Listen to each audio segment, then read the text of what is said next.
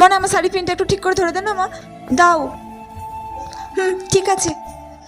এই মনা একটু আয়না মা, আমার চুলটা একটু ঠিক করে বেঁধে দিয়ে যা না মা। এই মনা আয়না, একটু মালাটা পরিয়ে দিয়ে যা না মা। মানে চল মা, মা চলো আমি রেডি।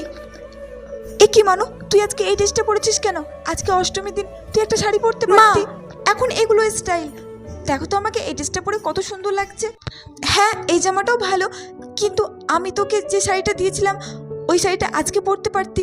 এই জামাটা তো অন্যদিনও পরা হতো না মা। শাড়ি পরতে আমার একদমই ভালো লাগে না, তাতে আবার এবার পুজোতে এত গরম পড়েছে। ছোটবেলাতে অষ্টমীর দিন শাড়ি পরার জন্য কি বায়নাই না করতি, আমি তোকে পরিয়ে দিতে চাইতাম না। আর এখন দেখ তুই বড় হয়ে গেছিস আর তোকে আমি শাড়ি পরতে বলছি আর তুই পরতে চাইছিস না। মা ছোটবেলাতে শাড়ি পরতে ভালো লাগতো, এখন আর ভালো লাগে না। ঠিক আছে ঠিক আছে, এই ড্রেসেই হবে। চল এবার, ওইদিকে অঞ্জলি শুরু হয়ে গেল। চলো।